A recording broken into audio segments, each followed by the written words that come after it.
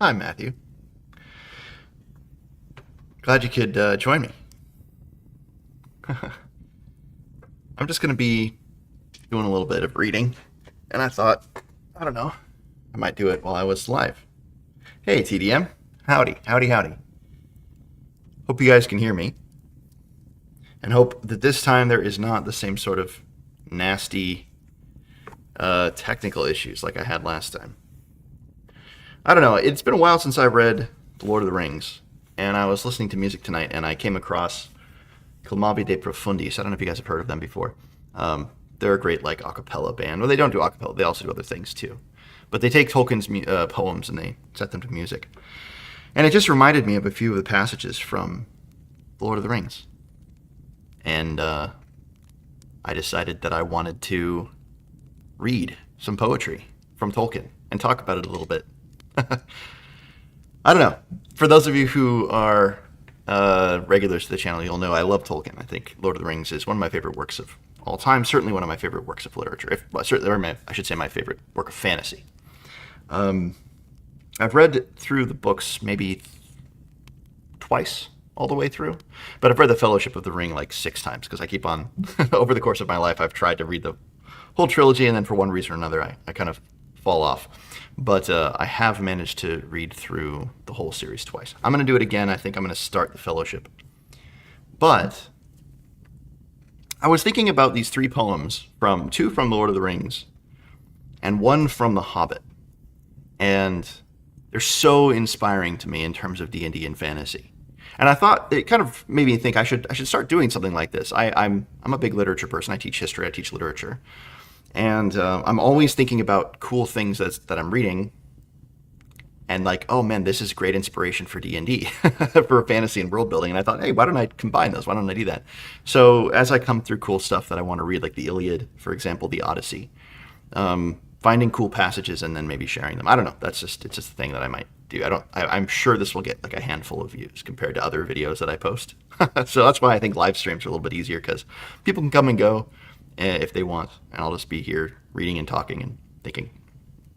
So if you guys want to hang out while I do it. Evening, everybody. Crow, Ulfhammer, Matthew, TDM. You guys are troopers. You're always here, and that's awesome. Awesome. I shouldn't say always here, but you guys show up. Definitely, if I had like a call outs page, you guys would be always on there. Or shout outs page, you guys would be on there. Yeah, TDM. I've read the Silmarillion once through, and I need to read that as well. I need to read that again, I should say. Someone once bought me the Sons of... Oh gosh, I forget what it's called now. I lost the copy that I had. I'm not going to remember. I'm not even going to try. Okay, so anyway, what were the 3 poems that I was talking about earlier? First, my dad bought me this beautiful copy, an illustrated copy of Lord of the Rings. It's in 1 volume, 1 big book. It's just gorgeous, and it has Tolkien's own illustrations throughout. And so it's just this beautiful, beautiful copy, and I'm going to use that for my reading when I go through it. But I wanted to read through the Song of Durin first, which is what Gimli sings when he first comes into Moria. And it's one of the best from the entire work. Tolkien's poems tend to have the similar structure, and this one is in line with a lot of his other poems. So it has the same sort of... That's what it is, the Children of Hurin. That's what I was thinking of, TDM. Absolutely. Children of Hurin. Thank you for that. Okay, so this is in The Lord of the Rings, The Fellowship of the Ring. This is the chapter, A Journey in the Dark. For me, it's page 315. So I'm going to read through this, and then we can maybe talk about it a little bit, anyone who wants to. I'm certainly going to have to talk about it. So this is about halfway through that chapter. The company spent that night in the great cavernous hall, huddled close together in a corner to escape the draft. There seemed to be a steady inflow of chill air through the eastern archway. All about them as they lay hung the darkness, hollow and immense, and they were oppressed by the loneliness and vastness of the Dolven halls and endlessly branching stairs and passages. The wildest imaginings that dark rumor had ever suggested to the hobbits fell altogether short of the actual dread and wonder of Moria. "There must have been a mighty crowd of dwarves here at one time," said Sam, "and every one of them busier than badgers for 500 years to make all this, and most in hard rock, too. What did they do it all for? They didn't live in these darksome holes, surely." "These are not holes," said Gimli. "This is the great realm and city of the Dwerodelf. And of old it was not darksome, but full of light and splendor, as is still remembered in our songs." He rose, and standing in the dark, he began to chant in a deep voice, while the echoes ran away into the roof. "The world was young, the mountains green, no stain yet on the moon was seen. No words were laid on stream or stone, when Durin woke and walked alone. He named the nameless hills and dells. He drank from yet untasted wells. He stooped and looked in Mirror, and saw a crown of stars appear, as gems upon a silver thread above the shadow of his head. The world was fair, the mountains tall. In elder days, before the fall of mighty kings in Nargothrond and Gondolin, who now beyond the western seas have passed away, the world was fair in Durin's day. A king he was on carven throne, in many pillared halls of stone, with golden roof and silver floor, and runes of power upon the door. The light of sun and star and moon, and shining lamps of crystal hewn, undimmed by cloud or shade of night, there shone forever fair and bright. There hammer on the anvil smote, there chisel clove, and graver wrote. There forged was blade, and bound was hilt, the delver mined, the mason built. There beryl, pearl, and opal pale, and metal wrought like fish's mail. Buckler and corslet, axe and sword, and shining spears were laid in hoard. Unwearied then were Durin's folk. Beneath the mountains music woke. The harpers harped, the minstrels sang, and at the gates the trumpets rang. The world is gray, the mountains old, the forge's fire is ashen cold. No harp is rung, no hammer falls, the darkness dwells in Durin's halls. The shadow lies upon his tomb, in Moria, in Khazad-dûm. But still the sunken stars appear in dark and windless Mirror. There lies his crown in water deep, till Durin wakes again from sleep. "I like that," said Sam. "I should like to learn it. In Moria, in Khazad-dûm. But it makes the darkness seem heavier, thinking of all those lamps. Are there piles of jewels and gold lying around here still?" Gimli was silent. Having sung his song, he would say no more. Okay, well that's where I want to end for that. So that poem is so cool, right? It's so cool for a number of reasons. It's simple. The rhyme and the structure of it's very, very simple. But what I love about this poem so much is that it emphasizes this bright, beautiful, glorious place, right? I think very often, when we're thinking of creatures living in the Underdark, especially dwarves, we tend to think of D&D 5e, dark vision, and all these things.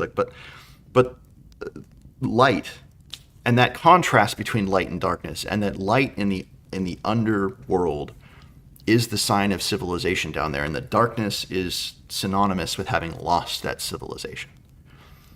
That's such a good thing to keep in mind. Like when we're going into dungeons, I think I need to really, really, really need to focus on darkness in my games. I need to describe darkness. I need to make the darkness a character.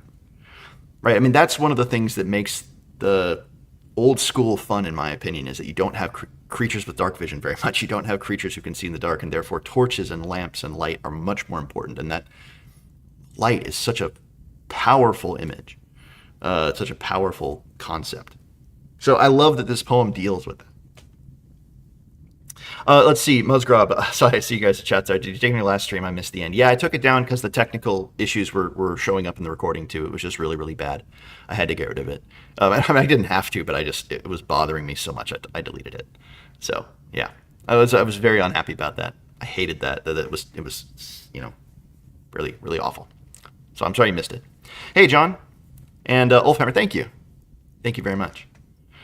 TDM, yeah, that's great. I believe it. There's the learning another language just for the poetry of it. It's something I've always wanted to read Dante in Italian, and I've read Dante in English, but I hear it's just not the same reading Dante's Divine Comedy. So one of the reasons I'd like to learn Italian at some point in my life. I speak Latin, or I know Latin pretty well. I don't speak it, I should say. I read it, and so I have a kind of a cheat code into the Romance languages: Italian, Spanish, and French. Anyway, so that's one of the reasons I love this poem so much, because it brings me right into what most of us do when we're playing D&D, especially in these underground dungeon places, right? It's going into the remnants of what was once a glorious civilization, and it's been completely ruined. It's been completely destroyed. It's gone. And, of course, the party here is not here for the golden jewels, but Sam is tempted, right? Sam's like, I wonder, are there golden jewels here? Do you think still? Right? That's the adventurer. That's the adventurer. They're coming here for the golden jewels. So I think this is such a really cool one that talks about all the stuff that's down there, just the contrast of light and dark. Such a cool poem. Okay, that's a great one. Let's see, TDM. Moria is the dark pit after all, in the guts of the mountains where darkness hides mithril and demons of fire and shadow in its depths. Yeah, it's a dungeon. It's the first dungeon. I've always said that. But Moria is the first dungeon from D&D. I know that there's, sword and sorcery, and there's lots of stuff coming out on Conan, and it's not exactly, but in my mind, I think of it always as the first dungeon. And there's just no getting away from that. So I think this poem does an excellent job summing it up. Okay, well, that was one thing I wanted to look at. I don't know if you guys have any more thoughts about that. I absolutely love this poem. And if you guys have never heard... if you've never heard Clamavi de Profundis and their version of it, I think it's a really cool version. They sing it, and they're all together, and it's really, really cool. It doesn't have quite the same effect that I think Gimli singing Alone in the Dark might, but it's a good epic song. Crow, a long time ago these words helped a lonely boy begin a life journey. Thanks for sharing this. Good, I'm really glad. It's a beautiful, beautiful poem. But it's not the only beautiful poem in here. I want to jump ahead to the Two Towers, the departure of Boromir, and his death. And one of the things I love about I love the movie. Lord of the Rings is a great movie. I will always sing its praises. But one of the things I don't like about it is what they did to Gimli. Man, Gimli he's just the comic relief. I don't know, man. Gimli is so much not the comic relief in the book. I understand they had to make changes and they had to do things, and movies are different than books, but Gimli is such a cool character in the book, and in the movie he's just, he's funny. But I love what he says here at the end of this set of poems, because of course Boromir, for those of you who know the book or who've read the movie, Boromir has just died defending, trying to make up for his mistake, trying to redeem himself for having fallen to the temptation of the ring. So good. Yeah, TDM, I love that supplement. I actually reviewed it on the channel. I love the Moria supplement. It's one of my favorite books out there. One of my favorite RPG books. Actually, the One Ring as a whole is one of my favorite sets of books. The art, the writing, the overall aesthetic of those books is just top tier. Okay, so this is in The Departure of Boromir. This is page 417. And again, what I love about this is this feeling of connection and loss. And I don't know. I think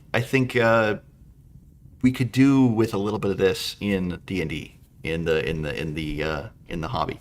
I think we kind of fall into one of two camps. Either the superhero, not two camps. There's a whole bunch of different camps, but there's a lot of people play the superheroic fantasy where nobody dies, and if you die, you cast resurrection and you're back. And then I think there's also the sort of characters are disposable, right? I played this guy for a little while, he's dead and he's gone, and then that's it. But the if you guys have ever had a really cool character that you like that you lost. They died in a stupid way or maybe a dumb way or even an epic way or whatever, but you really like them. It's a full on emotional experience, right? And I think that that's something that we kind of forget as GMs too, especially if we're making these deadly dungeons and we have characters or players that have characters they really like, and we're like, oh well, you shouldn't get too attached because it's a deadly game. I don't know. Anyway, but I really like this poem too. I think it's a beautiful one. 417. This is the departure of Boromir. Now they laid Boromir in the middle of the boat that was to bear him away. The grey hood and elven cloak they folded and placed beneath his head. They combed his long dark hair and arrayed it upon his shoulders. The golden belt of Lorien gleamed about his waist.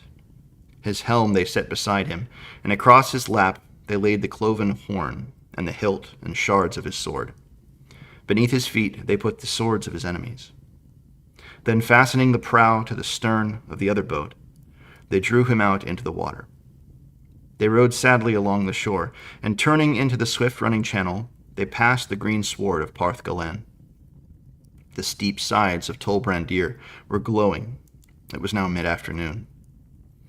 As they went south, the fume of Rauros rose, and shimmered before them a haze of gold. The rush and thunder of the falls shook the windless air. Sorrowfully, they cast loose the funeral boat.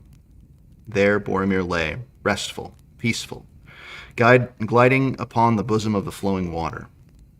The stream took him while they held their own boat back with their paddles. He floated by them, and slowly his boat departed, waning, to a dark spot against the golden light, and then suddenly it vanished. Rauros roared on unchanging. The river had taken Boromir, son of Denethor, and he was not seen again in Minas Tirith, standing as he used to stand upon the White Tower in the morning. But in Gondor, in after days, it long was said that the elven boat rode the falls, and the foaming pool, and bore him down through Osgiliath, and pathed the many mouths of Anduin, out into the great sea at night under the stars. For a while, the three companions remained silent, gazing after him. Then Aragorn spoke. They will look for him from the White Tower, he said, but he will not return from mountain or from sea. Then slowly he began to sing. Through Rohan, over fen and field where the long grass grows, the west wind comes walking, and about the walls it goes. What news from the west, O wandering wind, do you bring to me tonight? Have you seen Boromir the Tall by moon or by starlight? I saw him ride over 7 streams, over waters wide and gray. I saw him walk in empty lands until he passed away. Into the shadows of the north, I saw him then no more. The north wind may have heard the horn of the son of Denethor.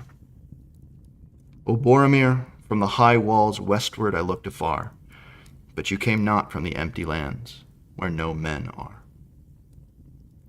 Then Legolas sang, from the mouths of the sea the south wind flies, from the sand hills and the stones. The wailing of the gulls it bears, and at the gate it moans. What news from the south, O sighing wind, do you bring to me at eve? Where now is Boromir the fair, he tarries, and I grieve.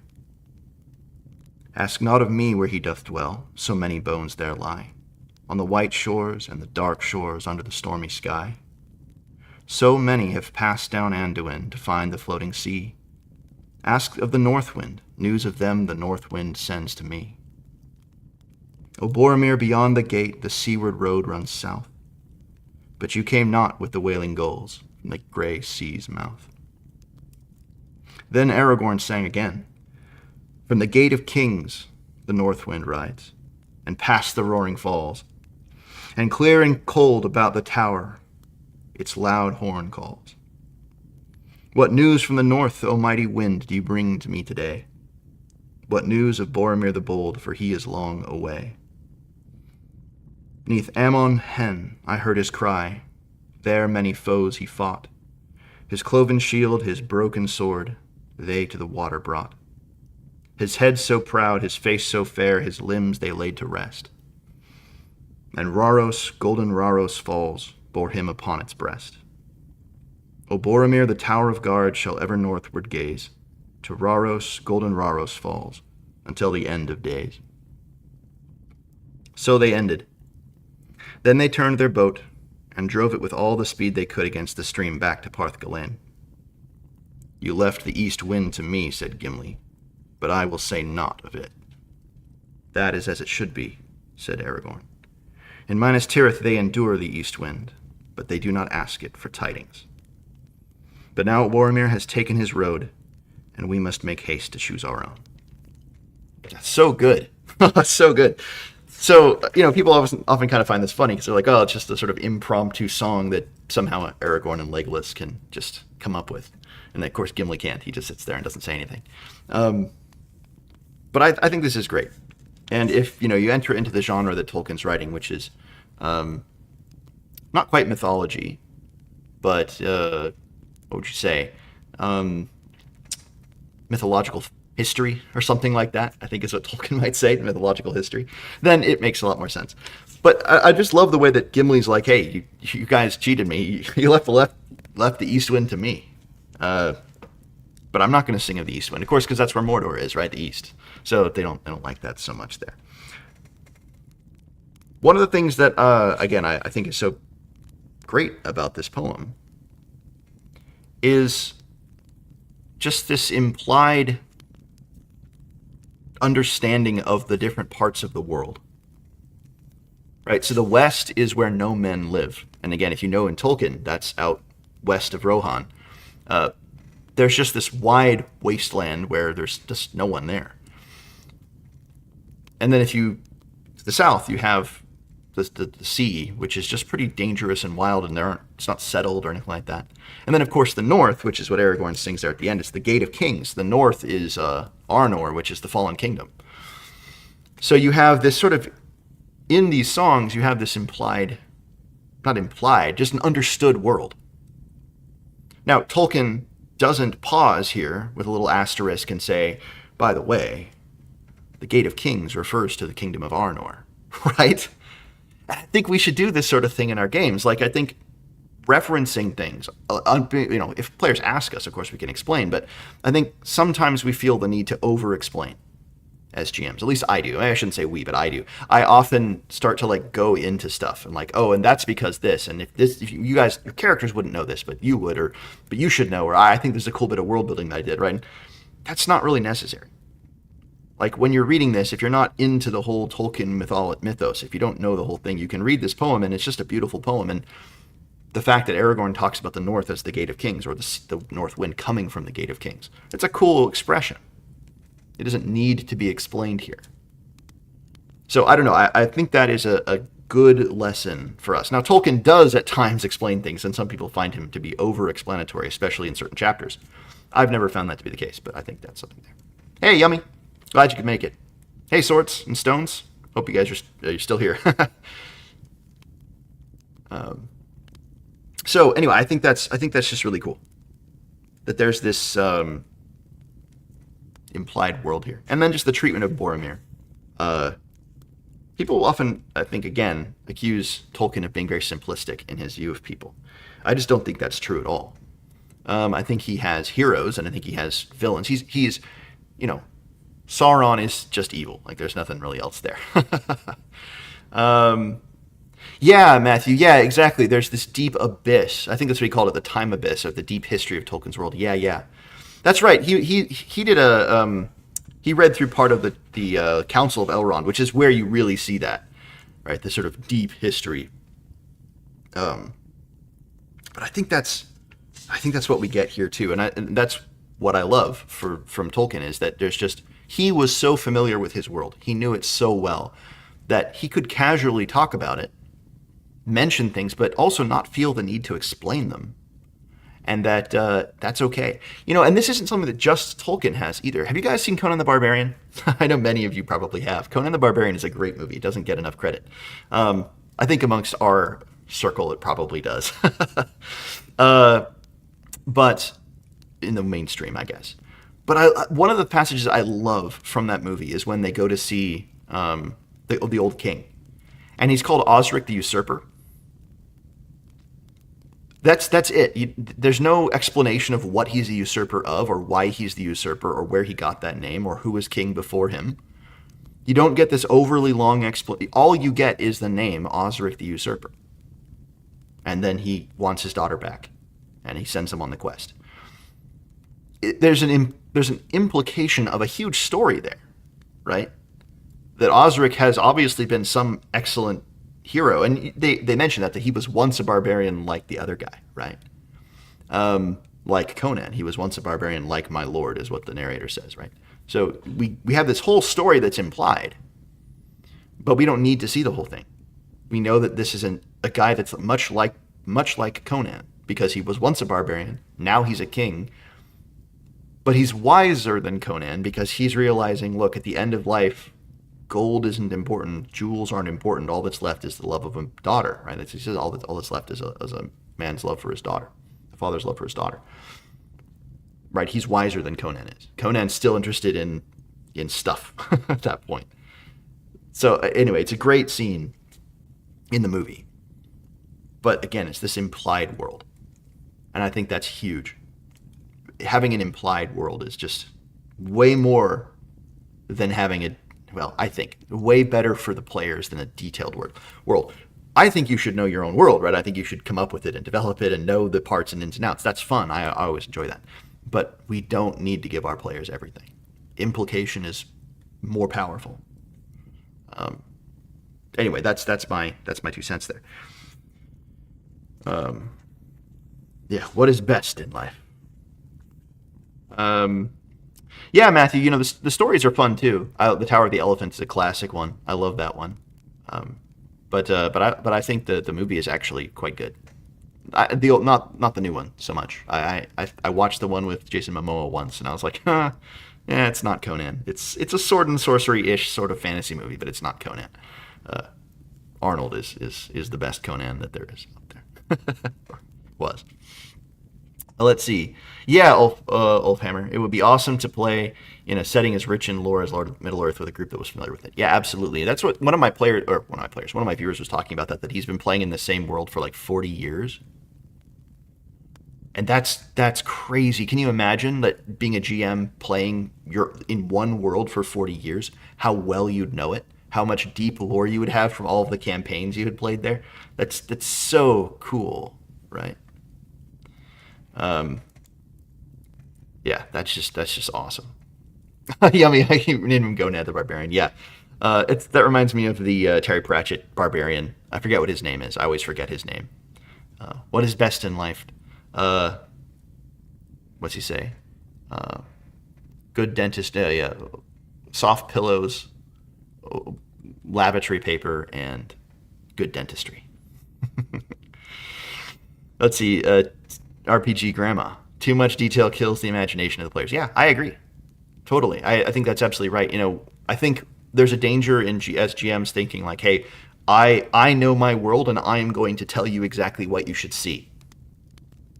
Imagine in your mind, right? I'm going to tell you what the scene you should be seeing in your mind's eye. I'm going to mix. But really give them the important details, give them one or two flavorful touchstones and then let their imaginations go. If they don't have a very good imagination, they'll ask more questions. If they do, they have a whole scene in their head. And I think that's great. Let's see, TDM. Implied lore is like letting honey ferment into mead. It's slow to do it right, but it becomes sweet and inebriating both for players and DMs. Yeah, that's a good image. That's a good image there. Yeah, Ulfhammer, I think so too.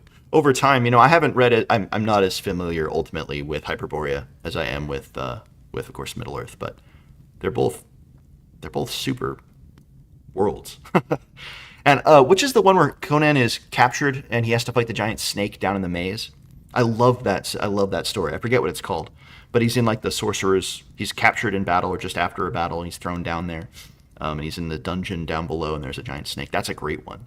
And again, that's one where there's tons of implied lore. That's what H.P. Lovecraft and Robert E. Howard, they communicated with one another. But all of those early writers, they did that.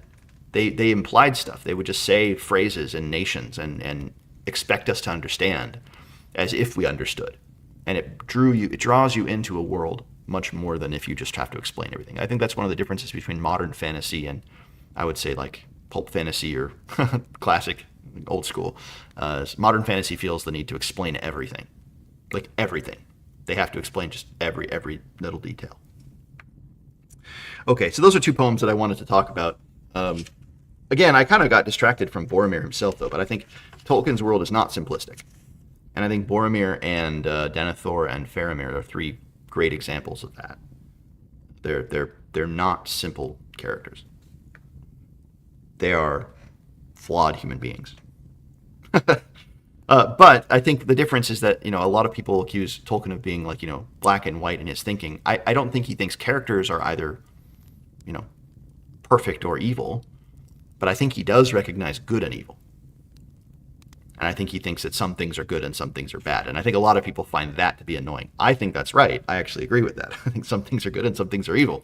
And so in Tolkien, that comes through. Characters do things that are good or they do things that are bad. And some people don't like that. I do. Okay, anyway, the third one I wanted to look at is actually from The Hobbit. It isn't from The Lord of the Rings. It's from a passage near the end of The Hobbit, one of the chapters.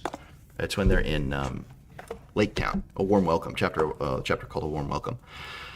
And it's the little poem. It's much shorter than the others. It's just the King Beneath Mountain, or the King Beneath the Mountains. And I think that's a great one, too. It's a great little poem. And what I love about this is that it's the perfect example of a rumor in your world. Let's see, Twice Dead Mage. Phoenix on the Sword. I think that might be it, Oldtimer. That sounds familiar to me. It's been a long time since I read it, though. TDM. So evocative names are half the battle. Sometimes Glami the Twice Cursed is enough. No need to lore dumb. Yeah, roll back. I agree. 100%. Give them an evocative name, and if the players are like, ooh, why is she called the Twice Cursed? Or why is he called the Twice Cursed? You can just say, well, you don't know. Your characters don't know. Right? And you don't even have as DM have to know yet. That's great. It's the greatest thing. Saying, oh, your characters don't know is the best answer. Because if the characters don't know, then you don't have to know. Not yet. Yeah, RPG, good and evil are important. Absolutely. They set the stakes. They're crucial. We all have that experience of good and evil. So I think, to the degree that an RPG is not just simply a game, it's also a role-playing game, then I think good and evil have to be present, at least to some degree. Mark. Hey, Mark. Hello. Okay, so anyway, chapter, this is, what chapter even is this? It's called A Warm Welcome, chapter 10 of The Hobbit. And it's just this little poem here. It's four stanzas. But again, it's this perfect idea of a rumor or a hook in your world like that. Having this be a rumor or a sort of story or a song that is told, it would just make your world be really quite interesting. So, let's see. I'll go back a little bit. Just a little bit then. Here we go. It's kind of hard to find where to start here. I'll go back a little bit. Okay. Follow me then, said the captain. And with 6 men about them, he led them over the bridge, through the gates, and into the marketplace of the town. This was a wide circle of quiet water surrounded by the tall piles on which were built the greater houses, and by long wooden quays with many steps and ladders going down to the surface of the lake.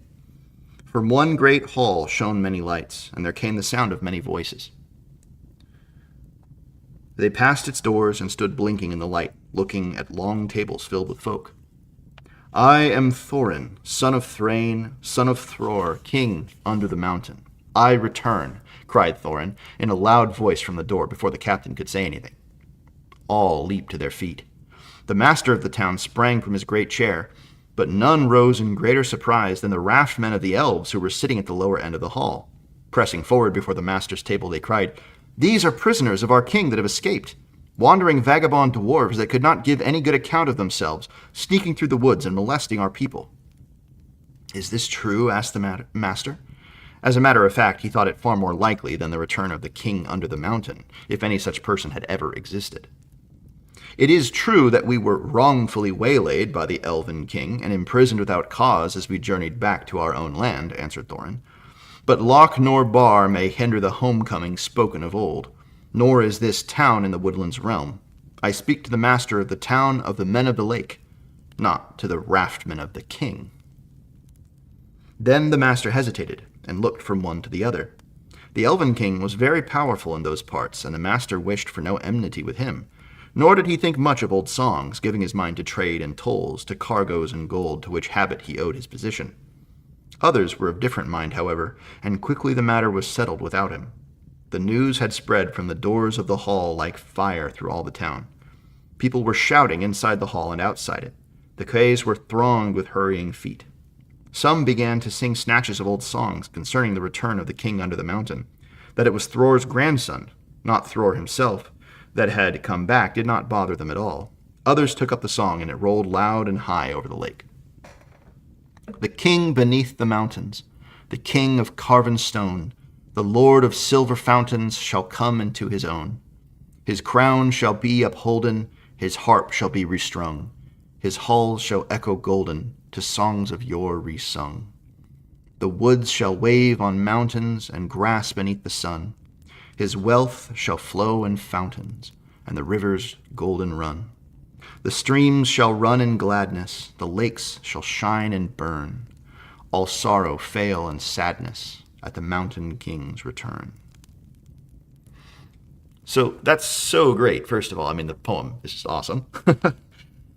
But this idea that a rumor is given in the, or not a rumor, but a legend or a hook or a bit of information about the world is given in the form of a song, I mean, I think that's something you should take for your games. I know not all of us can write poetry, but I think it would be worth giving it a try if you could put this into your world, right? Give your bard a bunch of extra hooks that are all songs, right? Things like that. Instead of just having the rumor be what you hear in the bar, give them these sorts of things. Because human beings write songs. That's what we do. We write music, we tell stories, we write songs. Have it be stories, have it be legends, have it be myths. That's the rumor. Those are the rumors that your characters know.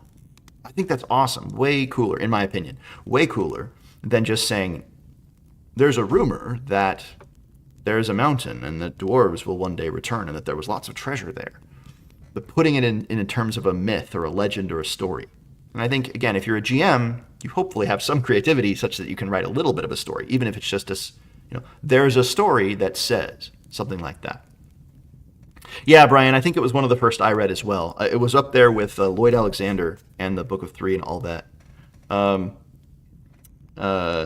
read the Chronicles of Prydain right after The Hobbit when I was young, because I was like on a big fantasy binge. And so this was the first, I think, but I got this and I read it. So that's what I would recommend is taking songs, taking poems, and making that be the lore of the world, as opposed to just saying, boom, here's the world, here's the story, here's the rumor, here's the hook. Yeah, RPG Grandma, good world building, drop in songs and poems. I agree. And again, it's not something that everybody can do. I recognize that. I'm not a great poet myself, but I still try. And I still try to put that sort of thing into the world, because I think it just, even if it's not that great. And like, if you look at Tolkien's poetry, he's not the best poet in the world. He's a good poet. He's very competent. And sometimes he's brilliant, but mostly he's just a competent, decent poet. But I think, especially with help on the internet, I don't mean AI, but I mean, just with help on the internet, you can just go and be like, give me a good rhyme scheme. And then go to thesaurus.com and look up, rhyming words, and you can come up with a poem. And granted, it takes a little bit longer, but I think it's worth it overall. I would be remiss if I did not also go through the great poem of The Hobbit, which is Far Over the Misty Mountains. This is one of those ones where I remember when I saw the trailer to the Hobbit movie. I'm not a big fan of the Hobbit movies. I like Lord of the Rings movies. Not a big fan of the Hobbit movies. But when I saw that trailer, I got so excited because they sang it. They actually sang it. And then when in that movie, if you watch it, the first, they also sing the song about like breaking Bilbo Baggins' plates and all that. They actually sing that song too. And I was like, is this going to be a musical? Are they going to sing all of... Because if it was, I would have been so on board. If they were going to sing all of Tolkien's poems throughout, I was going to be so excited. They didn't. They only sang those two. But of course, I think this is the classic D&D poem. It's worth memorizing, even for those of us who are DMs or who are into D&D, just because I think it's the classic D&D poem. And if it doesn't inspire you, then I don't know what will. RPG Grandma, I ordered a Shakespearean area obscure word book for mine. That's great. That's a great one. And that's also a great one to use for character names. I like using ridiculous, obscure Shakespearean words for character names, for like funny characters. I think it's actually great. Okay, so this is from An Unexpected Party, classic early on poem. I'm going to jump back a little bit because this is just such a good section. Now for some music, said Thorin. Bring out the instruments. Keely and Feely rushed for their bags and brought back little fiddles. Dori, Nori, and Ori brought out flutes from somewhere inside their coats. Bomber produced a drum from the hall. Biffer and Boffer went out too and came back with clarinets that they had left among the walking sticks. Dwalin and Balin said, "Excuse me, I left mine in the porch." "Just bring mine in with you," said Thorin. They came back with vials as big as themselves and with Thorin's harp wrapped in green cloth. It was a beautiful golden harp, and when Thorin struck it, the music began all at once, so sudden and sweet that Bilbo forgot everything else, and was swept away into dark lands under strange moons, far from the water, and very far from his hobbit hole under the hill. The dark came into the room from the little window that opened in the side of the hill. The firelight flickered, it was April, and still they played on, while the shadow of Gandalf's beard wagged against the wall. The dark filled all the room, and the fire died down, and the shadows were lost, and still they played on. And suddenly, first one and then another began to sing as they played, deep-throated singing of the dwarves in the deep places of their ancient homes. And this is like a fragment of their song, if it can be like their song without their music. Far over the misty mountains cold, to dungeons deep and caverns old, we must away ere break of day, to seek the pale enchanted gold. The dwarves of yore made mighty spells, while hammers fell like ringing bells, in places deep where dark things sleep, in hollow halls beneath the fells. For ancient king and elvish lord, there many a gleaming golden hoard, they shaped and wrought, and light they caught, to hide in gems on hilt of sword. On silver necklaces they strung the flowering stars, on crowns they hung the dragon fire in twisted wire. They meshed the light of moon and sun. Far over the misty mountains cold, to dungeons deep and caverns old, we must away ere break of day, to claim our long-forgotten gold. Goblets they carved there for themselves, and harps of gold where no man delves. There lay they long, and many a song was sung unheard by men or elves. The pines were roaring on the height, the winds were moaning in the night. The fire was red, it flaming spread, the trees like torches blazed with light. The bells were ringing in the dale, and men looked up with faces pale. The dragon's ire, more fierce than fire, laid low their towers and houses frail. The mountains smoked beneath the moon. The dwarves, they heard the tramp of doom. They fled their hall to dying fall, beneath his feet, beneath the moon. Far over the misty mountains grim, to dungeons deep and caverns dim, we must away ere break of day, to win our harps and gold from him. As they sang, the hobbit felt the love of beautiful things made by hands, and by cunning, and by magic moving through him, a fierce and a jealous love, the desire of the hearts of dwarves. Then something tookish woke up inside him. And he wished to go and see the great mountains, and hear the pine trees and the waterfalls, and explore the caves, and wear a sword instead of a walking stick. He looked out of the window. The stars were out in a dark sky above the trees. He thought of the jewels of the dwarves shining in dark caverns. Suddenly, in the wood beyond the water, a flame leaped up, probably somebody lighting a wood fire. And he thought of plundering dragons settling on his quiet hill and kindling it all to flames.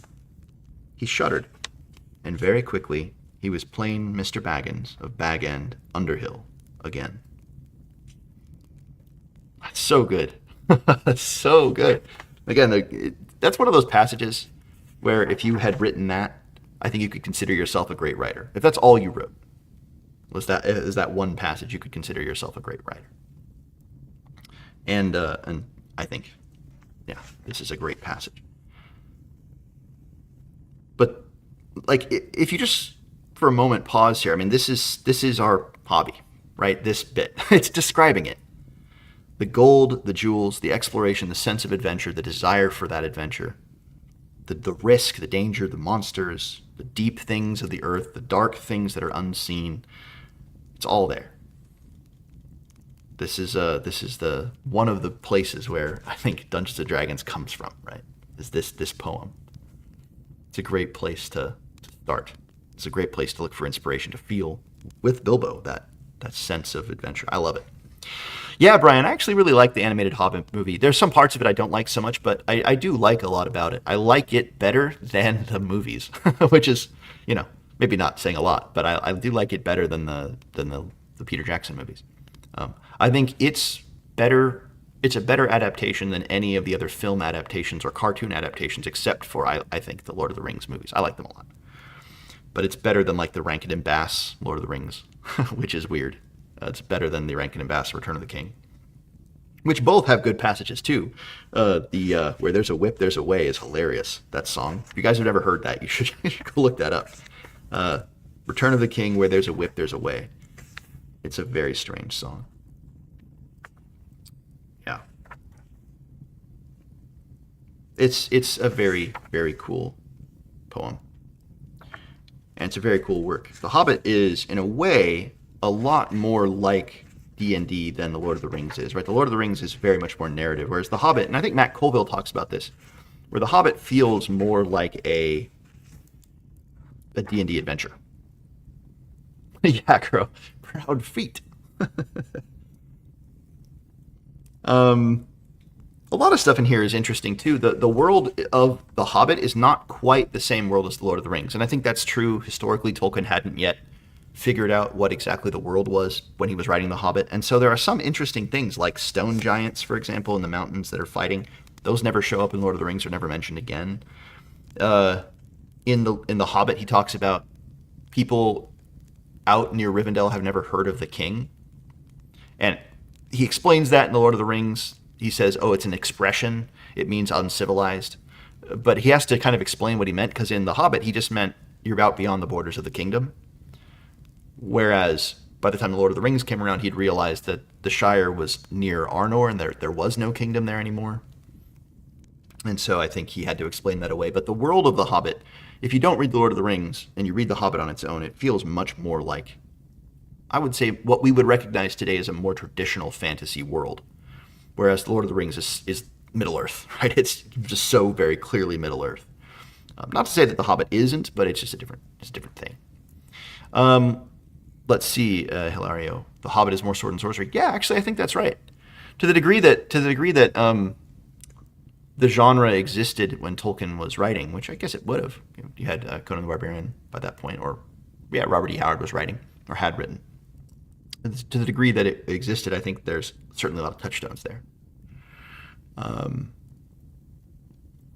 Let's see, RPG Grandma, there's a sci-fi British comedy where the aliens sing "Kill the Humans in the Millions" song. I use this under Monsters. That's great. Kill the humans in the millions. That's a good song for aliens to be singing, goblins to be singing. Speaking of goblins singing, there's a goblin poem in this book too. Goblin song. I should read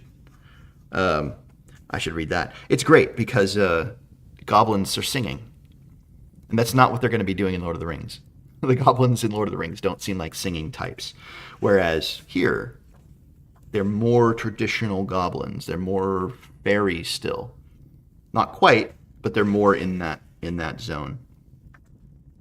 You get this in Overhill and Underhill, page 107. Clap, snap, the black crack, grip, grab, pinch, nab, and down to Goblin Town you go, my lad. Clash, crash, crush, smash, hammer and tongs, knocker and gongs, pound, pound, far underground, ho, ho, my lad.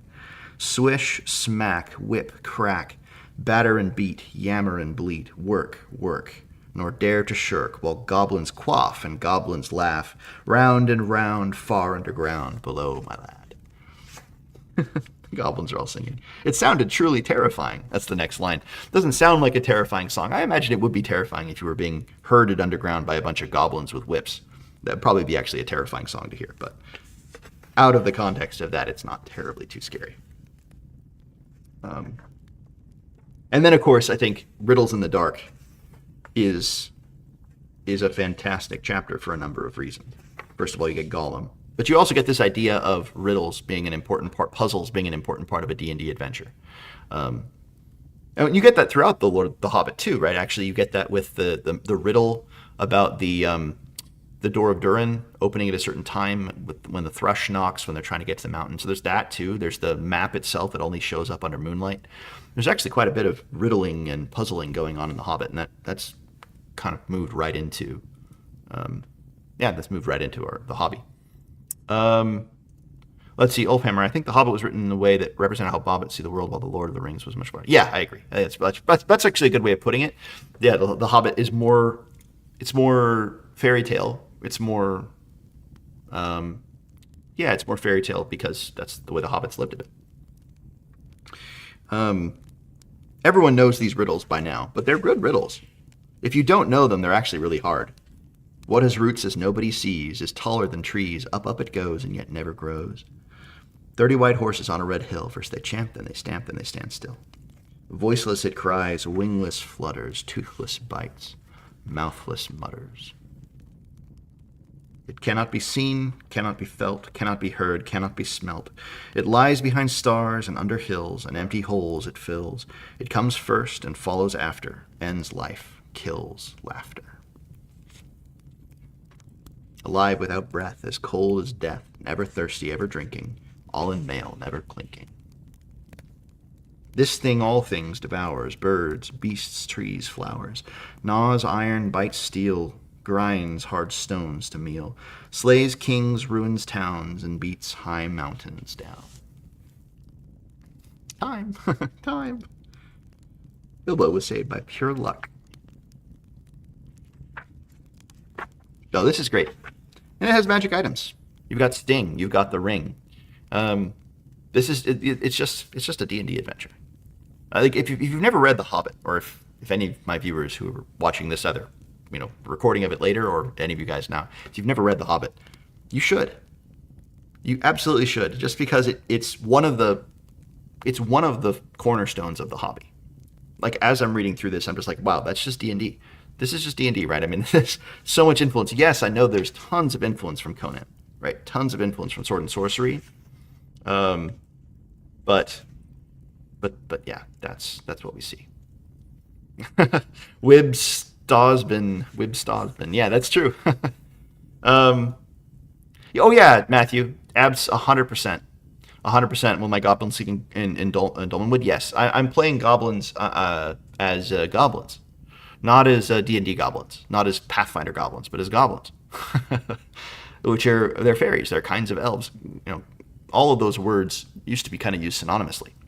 If you guys have ever read A Midsummer Night's Dream, Puck, Robin Goodfellow, he's described as both an elf and a goblin in that book. They call him an elf at one point and in a play, and they also call him a goblin because it's just sort of they're both the same term. Yeah, RPG. I think that's a good idea to have magic items of history. One of the things I just hate, is just a +1 magic item. It's just so boring. I got a +1 sword. Like as a player, I'm like, great, I get a magic item, do more attack and damage. But that's it makes magic so mundane. It's like a, you know, you're plugging it in and charging it up, and now it's a +1 magic item. It's like a lightsaber. Even lightsabers are more interesting than +1 magic items. No. They need to have a name. If it's a +1 magic item, it should still have some history. Maybe it doesn't need a name if it's +1, but it needs a history. If you're going to have a +2, +3 magic item, that's an artifact. That needs a history. That needs a name. That needs special powers. That needs to have curses. Yeah, totally. That's right, Oldhammer. I missed that one, but that's a good one. Eggses, as Gollum says. No, this is great. This also has one of the first. Would you call him a druid? I guess. Bjorn. He's basically a druid, right? He is a guy who lives out in the woods. He's befriended a bunch of animals, and he can turn into a bear.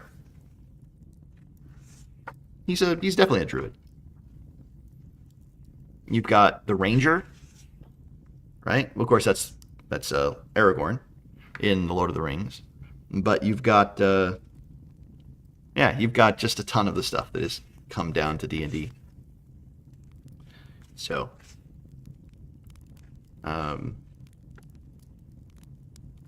it could have a subtle personality. The One Ring it stands alone, right? Because it's not just a ring. It is the villain. It is Sauron, which is brilliant. You know, I don't think Tolkien gets enough credit for that. He manages to have the villain with the main character the whole time. The villain is right there. People often complain about that. Again, they're like, yeah, well, Sauron's not really in it. I'm like, are you kidding? He's on every page. Sauron is on every single page of The Lord of the Rings. He is the ring, and the ring is him. Yeah, I agree. RPG Grandma, just give it a history, give it something, give it. Magic items should be cool. They should have stories, personalities. I don't know if they need to all have personalities, but they all should have stories. Yeah, if you roll a magic item in your game and it's just +1, we'll make it cool. Make it something more than that. Hilaria, no, I haven't really. So I speak. I can read Latin, which means I can kind of read a little Spanish, but very little. It's hard. It takes me a long time to read Spanish. When I was in Portugal, I was able to kind of navigate street signs. I couldn't understand what people were saying, but I could navigate street signs because I could kind of read. But I couldn't really speak it, and it took me a while. So, yeah, I have not read any Latin American poetry or any fiction really, or even in translation. When I was in high school, I read maybe about like a tenth of Don Quixote in Castilian, which is the closest I ever got, because I could understand about, like, I don't know, maybe 70% of what I was reading. That was fun. It was really fun because I tried to piece it together. But no, I did not. I did not. I've not read any. Giant spiders. As I'm looking through this book, I'm coming across other inspirations, and there's giant spiders. Yeah. That's awesome. Yeah, it is. It is pretty dense, Hilario, but I like Don Quixote a lot. I think it's another great book. Again, speaking of good inspiration, Don Quixote is awesome. Comedic, but very, very inspiring. Well, those are the poems that I really wanted to focus on. I mean, there's just, the thing is, you could just take almost any passage from Tolkien, and it's a good passage to read for inspiration. Back at the Unexpected Party, tons of stuff in there. After they show the map, let's see. I might just read an extended passage. I'm not that tired, and yeah, I have no idea if anybody's interested in this stuff, but I love this stuff. Okay, let's see.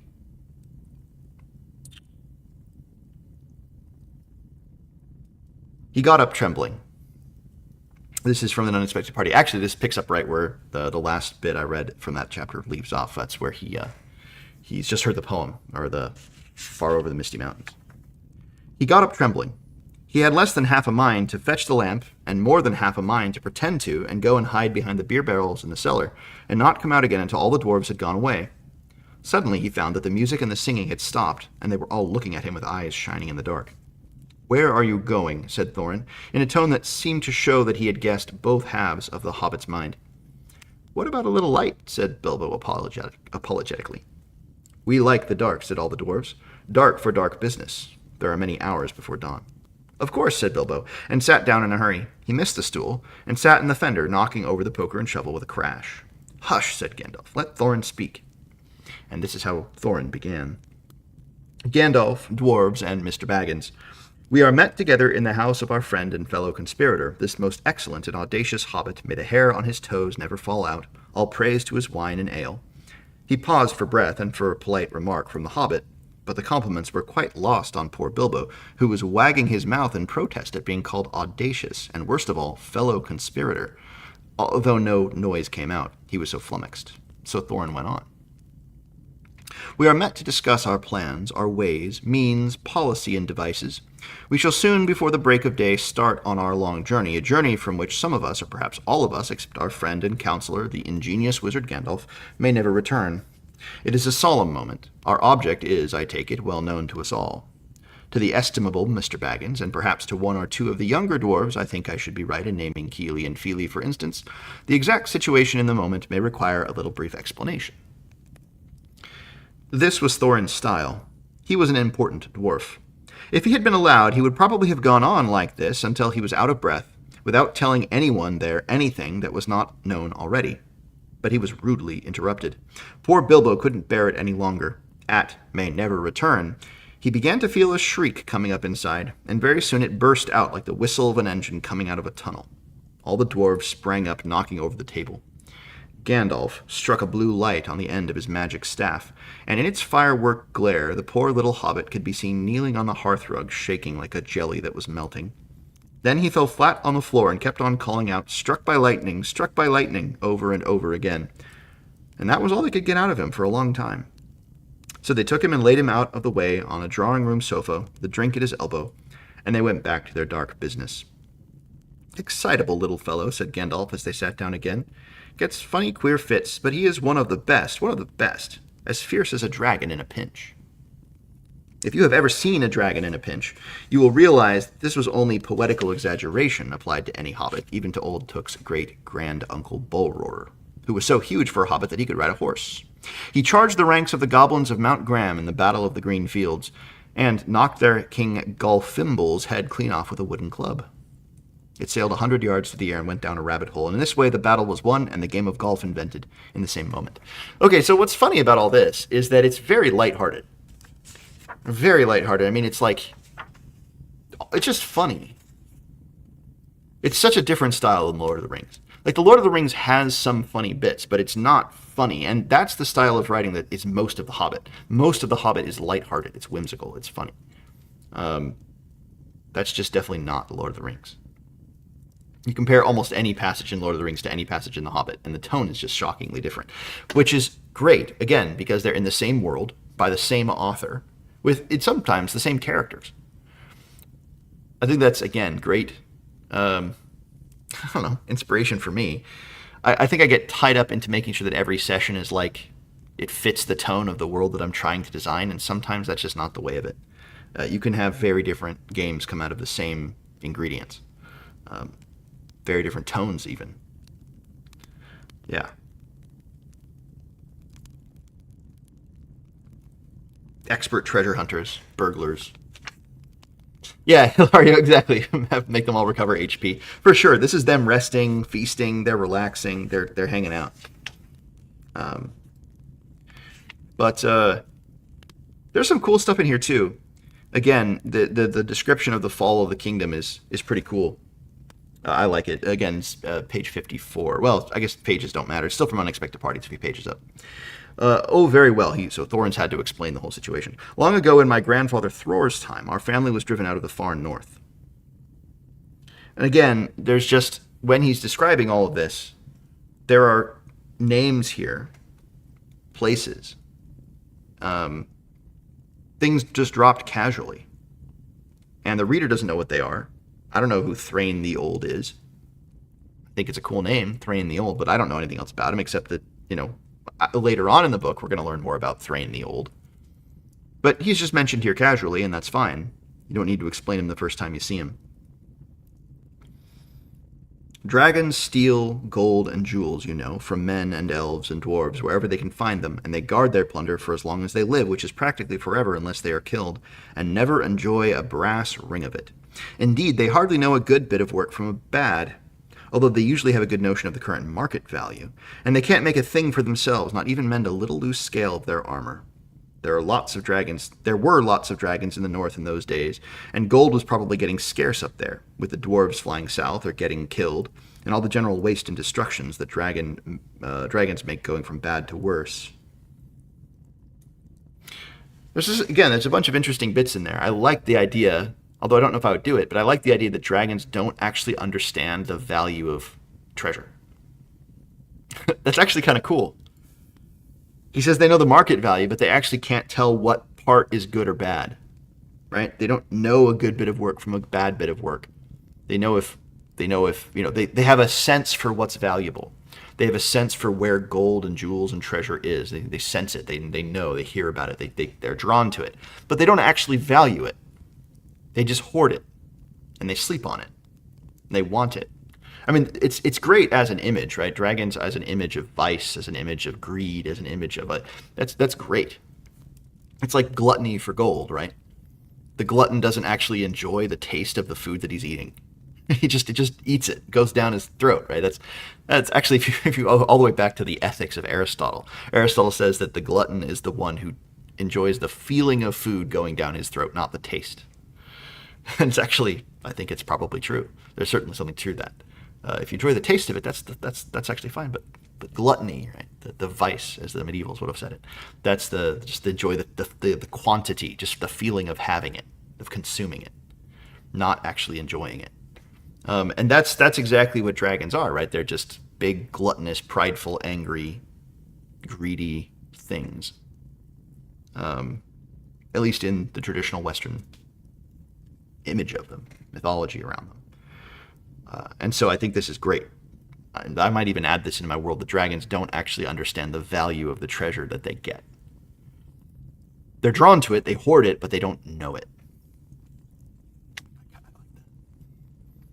Yeah, kind of like Nike shoes. Yeah, that's probably right. That's probably right. Okay. Yeah, there's a lot of stuff like that in here too, though. The dragon eats maidens, evidently. He ruined Dale slowly but surely by sneaking into the city and eating people. I think that's great. Yeah, after that there were no dwarves left alive inside, and he took all their wealth for himself. Probably, for this is the dragon's way, he has piled it up in a great heap far inside and sleeps on it for a bed. Later he used to crawl out of the great gate and come by night to Dale and carry away people, especially maidens, to eat until Dale was ruined, and all the people dead or gone. It's kind of funny, you don't think of dragons like sneaking into a town and carrying people off. But I guess that's what Smaug did. Smaug the dragon. Yeah. Cool. Cool. Roast mutton. The Hobbit. Interesting. It's also interesting to see where Tolkien got his inspiration from. I have an interesting annotated version of The Hobbit here, and it goes into Tolkien's inspirations. And he got his inspirations from a lot of weird places, which is, again, good inspiration for us. Like, you find inspiration for funny things. Very famously, Tolkien started writing The Hobbit because he was bored. He was grading papers. If any of you guys are teachers who have ever had to grade papers, you'll sympathize. He was grading papers, and he got so bored he turned a paper over and wrote on the back of it, "In a hole in the ground there lived a hobbit." And he didn't know what a hobbit was when he wrote that sentence on a piece of random students' papers. It just flashed into his head. "In a hole in the ground there lived a hobbit." He's like, all right, I'm going to find out what a hobbit is. And so he kept writing. Yeah, boredom is great for inspiration sometimes. Oh, I'm sorry, TDM. I'm glad you could get back here. I don't know how much longer I'm going to go. I'm still not tired, although it's almost 1 o'clock for me, though. Yeah, Hilaria, I think that's a good point. Smaug is more like a devil than a dinosaur. Yeah, for sure. Dragons, I think that's more commonly the way that they're viewed. If you think like Saint George and the dragon, right? It's basically a saint killing a demon, sort of, in the story of Saint George and the dragon. Um, yeah, but I mean, you can compare that writing to, again, almost anything in the Lord of the Rings, and the tone is just so much heavier in the Lord of the Rings. Not just is the book thicker, but the writing is just more serious on almost every page. I think a lot of that is because Tolkien was older, and he had a sort of dimmer and dimmer view of the world as he aged. Not a hopeless one, but a dimmer one, I think. And especially after, well, I guess he wrote all of it after the war, but especially after World War II began, there's sort of a dimness to things.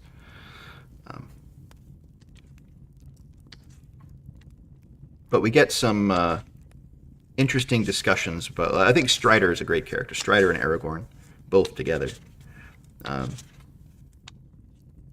But I've never really read this poem. I'll admit, when I first read Lord of the Rings, I skipped every poem. I wasn't into poetry back then, and so I read it, and I was like, oh, another poem? And I skipped to the end, and I just go on to the next page. I used to do that a lot when I was reading any kind of work, any kind of fiction when I was a kid. If I came to a poem, I would skip the whole poem, and I would go to the next part, which I do not do that now. But when I was a kid there. A Knife in the Dark. This is 191. I love this bit. This is where Aragorn gives us an indication of suddenly that he knows a lot more than he's been talking about. He's just a ranger, right? He's just a dude who was hanging out there. Yeah, twice dead mage. I'm actually Roman Catholic myself, so I'm sympathetic with Tolkien's worldview. I agree with him in almost everything. Not everything exactly, but I think I'm pretty much where he is. So that's yeah, I've always been drawn to Tolkien for that reason alone, at least, as well as the fact that I love his writing. But yeah. So let's see, 191. Down in the lowest and most sheltered corner of the dell, they lit a fire and prepared a meal.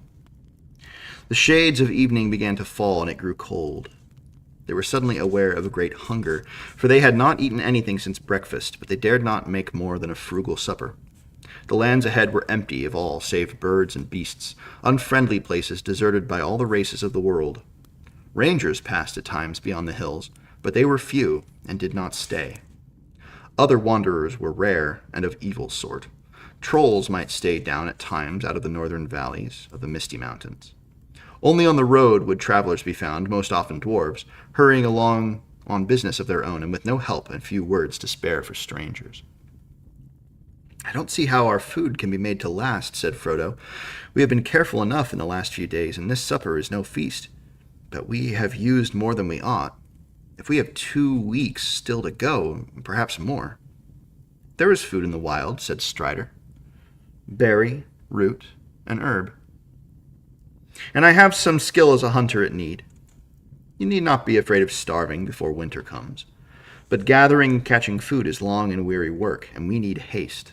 So tighten your belts and think with hope of the tables of Elrond's house. The cold increased as darkness came on. Peering out from the edge of the dell, they could see nothing but a gray land now vanishing quickly into shadow. The sky above had cleared again and was slowly filled with twinkling stars. Frodo and his companions huddled around the fire, wrapped in every garment and blanket they possessed, but Strider was content with a single cloak and sat a little apart, drawing thoughtfully at his pipe. As night fell, and the light of the fire began to shine out brightly, he began to tell them tales to keep their minds from fear. He knew many histories and legends of long ago, of elves and men, and the good and evil deeds of the elder days. They wondered how old he was, and where he had learned all his lore. Tell us of Gil-galad, said Merry suddenly, when he paused at the end of a story of the elf kingdoms. Do you know any more of that old lay than you spoke of? I do indeed, answered Strider. So also does Frodo, for it concerns us closely. Merry and Pippin looked at Frodo, who was staring into the fire. I know only the little that Gandalf has told me, said Frodo slowly.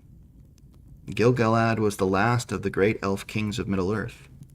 Gil-galad is starlight in their tongue. With Elendil, the elf friend, he went to the land of... No, said Strider, interrupting.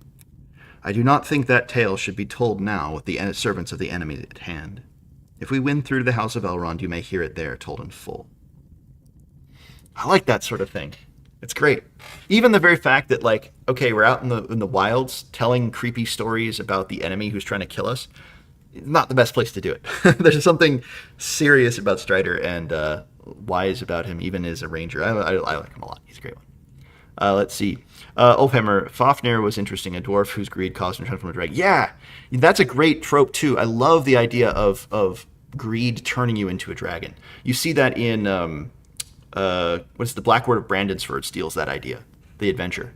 There's like the three dwarven brothers, and one of them murders the other two to get the treasure that they found, and because he kills his two brothers, he becomes a dragon, and that's where the black worm came from. That's a great idea for a dragon in your world. Oh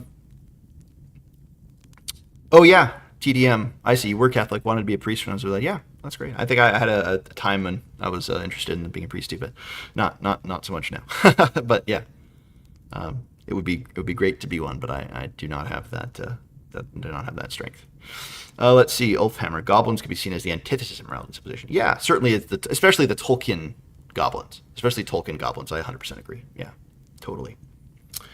Let's see. Morgoth did a process similar to Sauron's ring. The entire matter of Arda is tainted. I wonder if gold holds more of Morgoth's sense as gold mills by itself.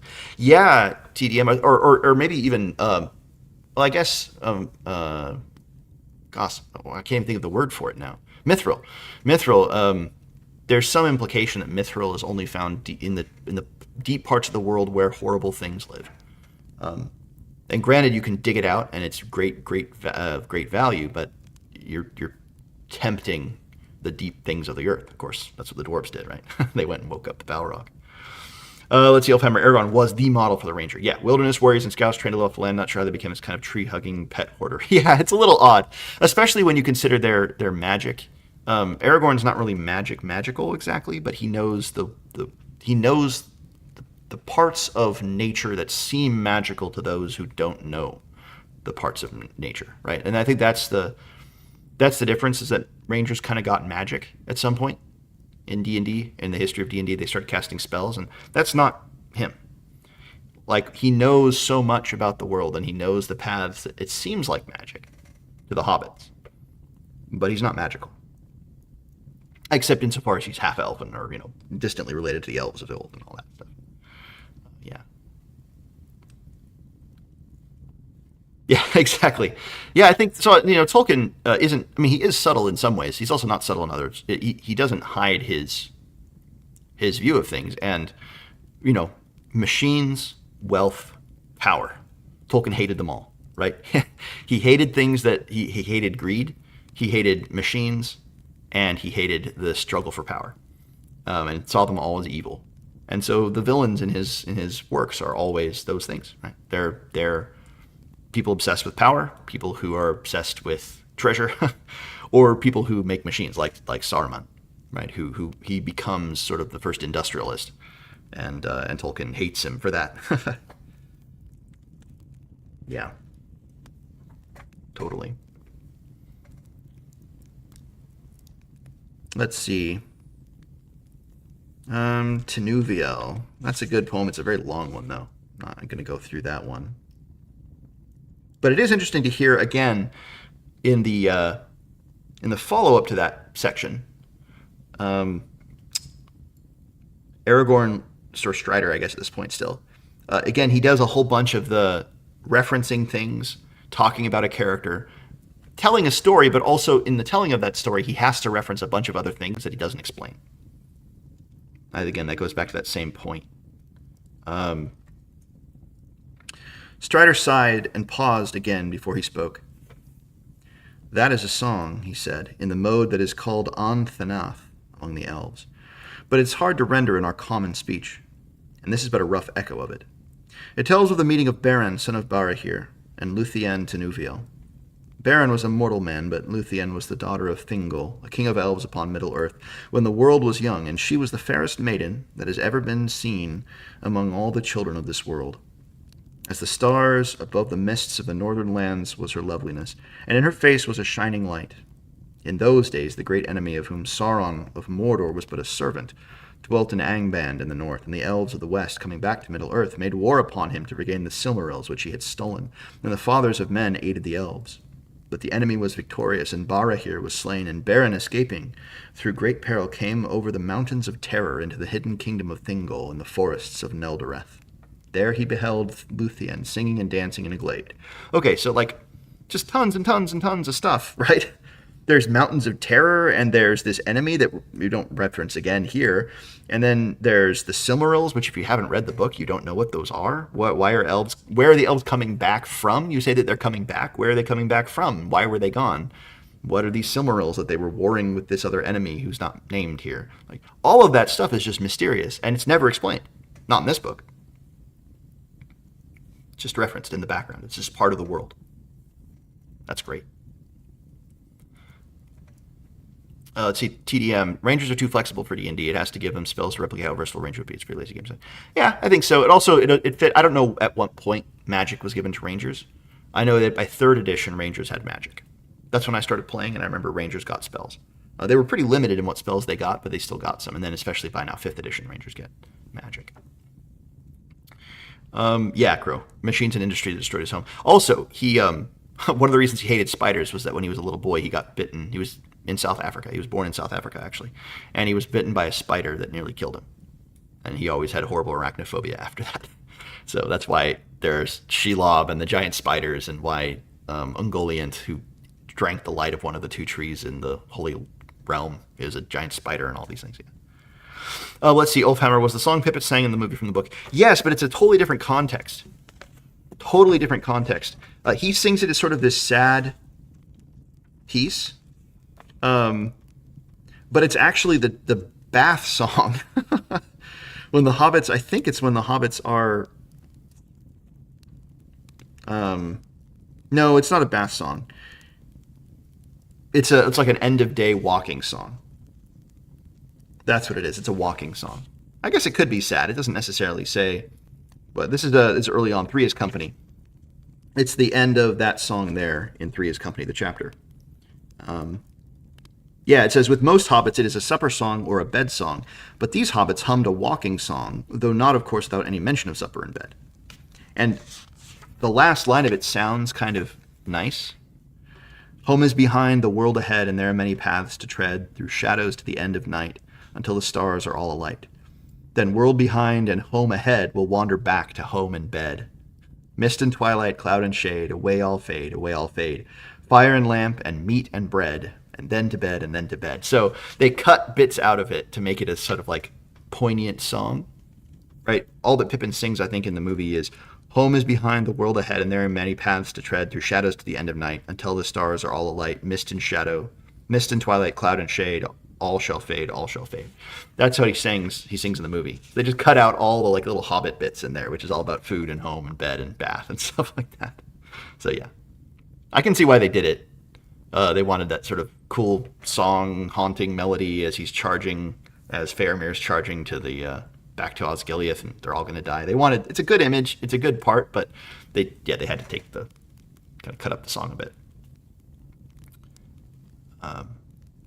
Yeah, TDM, that's a great scene. I mean, honestly, the book has so many moments like that. So many moments like that, which are just really, really gorgeous, really, really beautiful. As you know, so the one that I was referencing there was the song that Pippin sings in the Hall of Denethor. It's a reference to, or it's taken from a song that they sing while they're walking. The road goes ever on and on is sung earlier in that same chapter. Frodo sings one bit of it. The road goes ever on and on, down from the door where it began. Now far ahead the road has gone, and I must follow if I can, pursuing it with weary feet until it joins some larger way, where many paths and errands meet, and whither then I cannot say.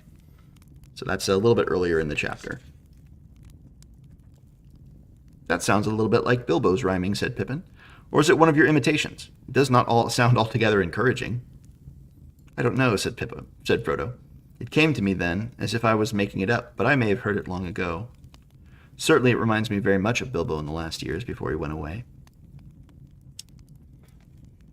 Yeah, there's a melancholy from page 1 in The Lord of the Rings that is not present in The Hobbit. And I think you hear that just periodically throughout it. It kind of comes out. Even when it's, well, not always when it's being serious and things like that, but yeah. Also, this is where Black Riders came from, the idea of the wraith. I think Tolkien coined the word wraith. I think he invented that word, wraith. I might be totally wrong about that. But I don't know, I have this impression that he did. He combined a bunch of words, wrath, writhe. Of course, they would have said wrath. In his accent was wrath instead of wrath, but I think he's the one that invented it. I could be wrong. Let's see, TDM. Then they did my boy Denethor during the movie. Man, they hold a Palantir and engaged the battle of Will Saron. So yeah, no, it's true. Well, they also did it to Faramir, right? In the book, Faramir says he wouldn't pick up the ring if he passed it on the roadside.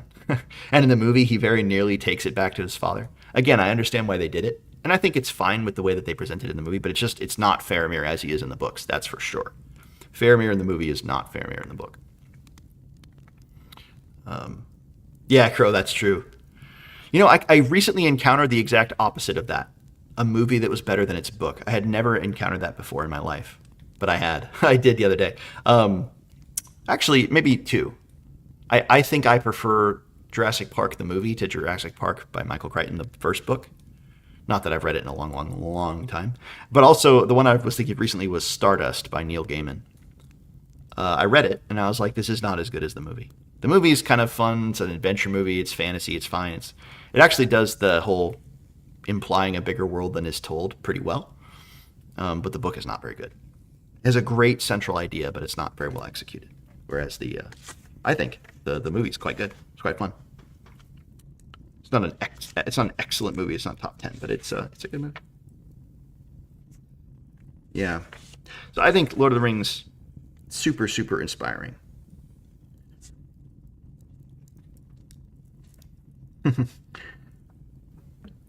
The light grew clearer as they went forward. This is in the Old Forest. The light grew clearer as they went forward. Okay, there you go, Twice Dead Mage. Maybe, yeah, I must have just been wrong about that. I don't know why I thought that he invented it. This is in the Old Forest, which is a great chapter too. The light grew clearer as they went forward. Suddenly they came out of the trees and found themselves in a wide circular space. There was sky above them, blue and clear to their surprise. For down under the forest roof they had not been able to see the rising morning and the lifting of the mist.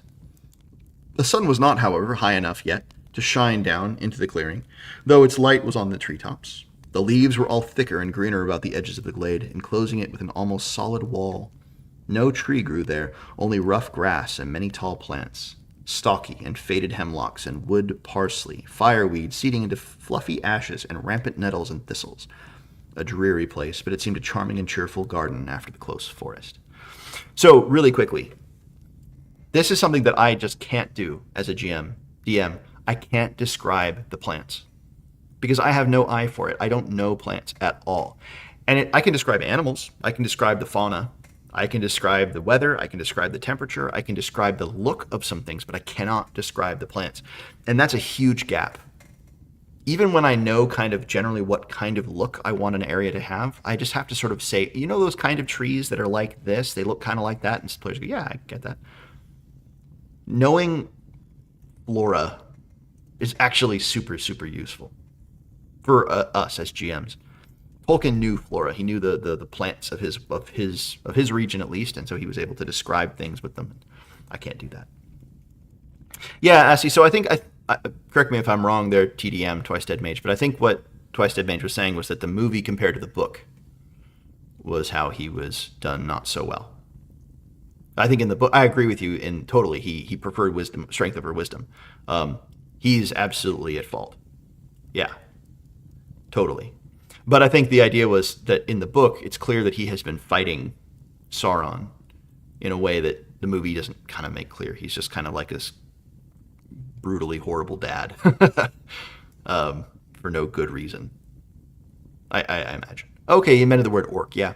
You know, that's another thing, too. People often talk about orcs. It's a tricky thing to think about, right? Orcs being, like, all evil. Tolkien struggled with that. I actually read a letter of his where he talked about that, and he's like, it's hard to say. If they're reasonable creatures, and they seem to be able to be sort of reasonable, then they have the possibility of being good. Because if they have a reason, they could be good. But if I allow them to be good, then I have a whole problem, because suddenly, well, you can't just go around killing things that are good or have a potential to be good. It's like for no good reason. So they have to be both, enemies I can kill, and also, the servants of the enemy, but also reasonable, because they have to be able to talk and do things. So I'm just going to sort of suspend that question. But it's a problem. And so Tolkien recognized that was a problem. That reasonable things should be able to be good. They're not all bad by definition. They can't be if they have a reason. So yeah, that's mostly what I do too in my games. I mostly just hand wave. if I don't tend to worry so much. There are some things that are just evil, some creatures that are just monstrous, some things that are just, they don't fit, and they are maybe they're sympathetic. Maybe you don't want to have to kill them, but you kind of have to kill them. But anyway, let's see. TDM. Denethor hold on against attacks from the east while having the eye of the enemy on him at all times. Deliver his will and movie. All these guys. Yeah, they just skip past it, and I think they kind of just have to. But it's sad that they do have to skip past it. That's great, Wolfhammer. Maybe I should look at that. I just need to learn more plants. That's what I need to do. I need to learn more plants. The hobbits felt encouraged and looked up hopefully at the broadening daylight in the sky. I like that. Orcus, Ogre. Yeah, that makes sense. Orcus is an evil being.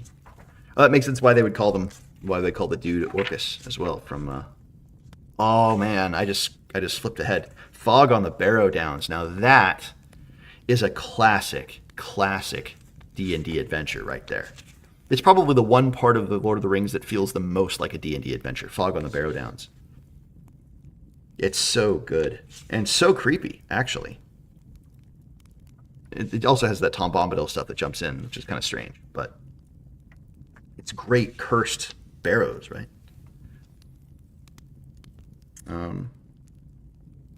139 for me. Fog on the Barrow-downs.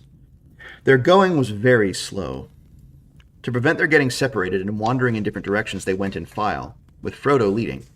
Sam was behind him, and after him came Pippin and then Merry. The valley seemed to stretch on endlessly. Suddenly, Frodo saw a hopeful sign.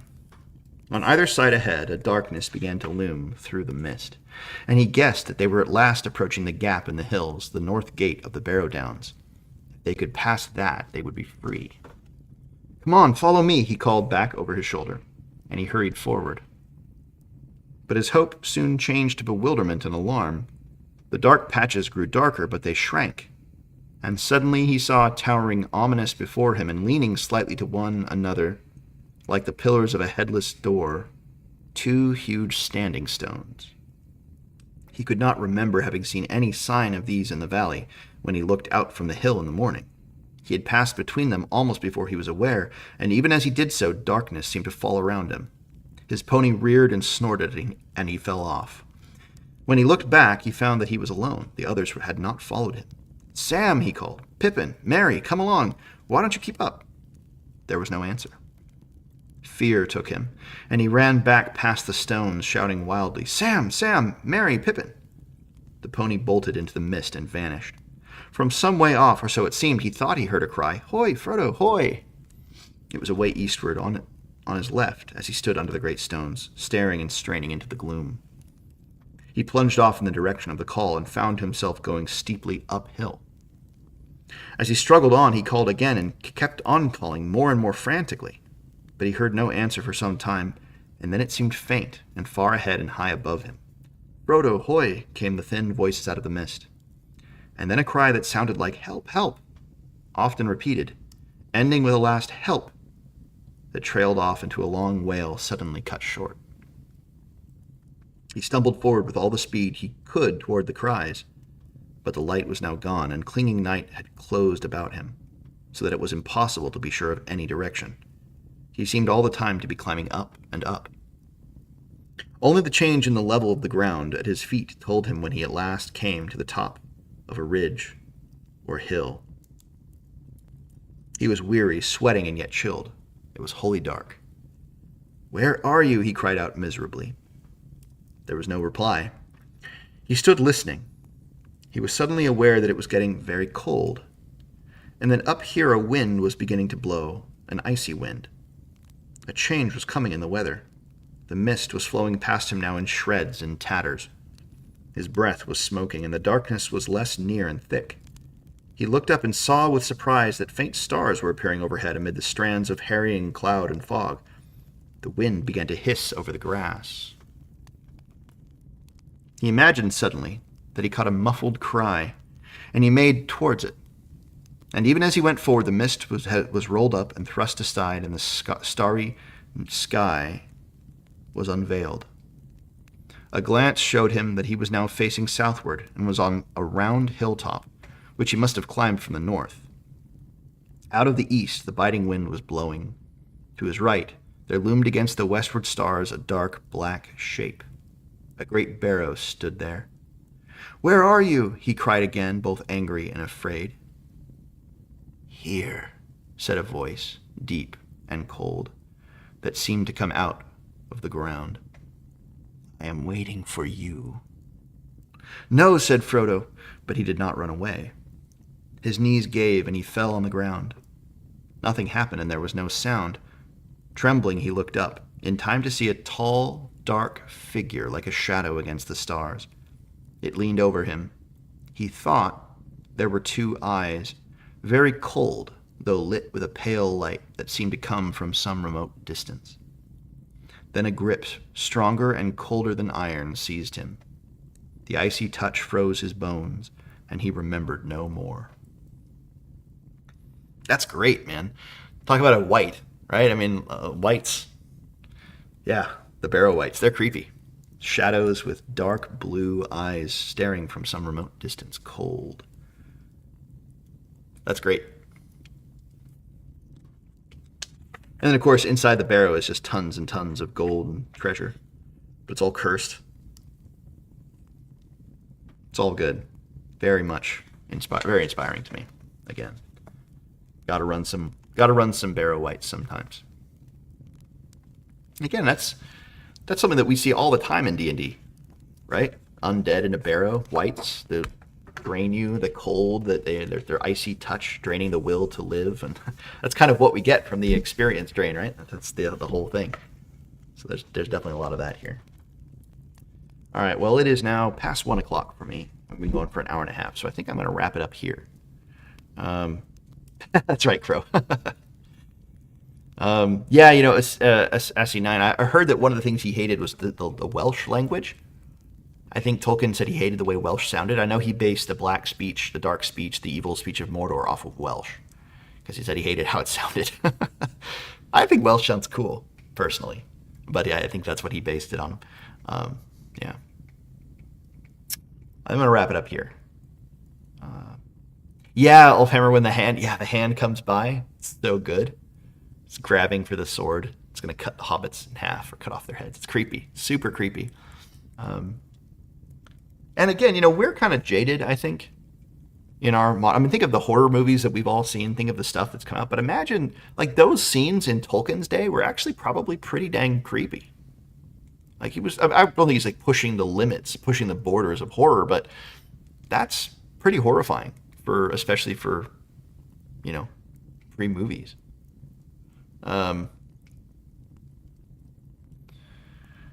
Where are these queries that are being addressed? I don't see them here at all. Oh, that's Viridassi. You don't see the questions that other people are asking, or the other statements people are putting there? That's too bad. I wonder why. I'm getting everybody's different chance, everybody's different things there. Yeah, so this was kind of an interesting, weird sort of video. But I want to do this sort of thing more. I like hanging out. Yeah, Crow. Yeah, thanks for hanging out, everybody. Thanks for being here and letting me ramble about poetry in Lord of the Rings and The Hobbit. I'd like to do this with other books that I really like, other series that I like, and just talk and hang out about inspiring fantasy books or other books. I'd like to do the Iliad. I know I definitely want to do the Iliad. I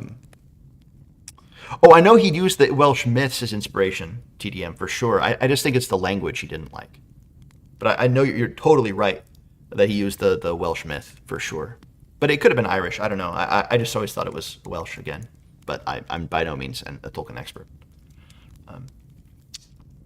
So I would like to do the Iliad because I think the Iliad is a fantastic work. And again, there's tons of inspiration there, especially when it comes to like great heroes, magic items, gods, demigods, tons of good ideas in the Iliad for your D&D game. But I think the Odyssey probably has even more. The Aeneid probably has a bunch too. But I don't know. I'll do that at some point. Maybe. We'll see. Anyway, I'm going to go to bed. Thanks for hanging out, everybody. Hope you all have a good rest of your day / night, wherever you all are. Or I'll let you go. Gilgamesh went.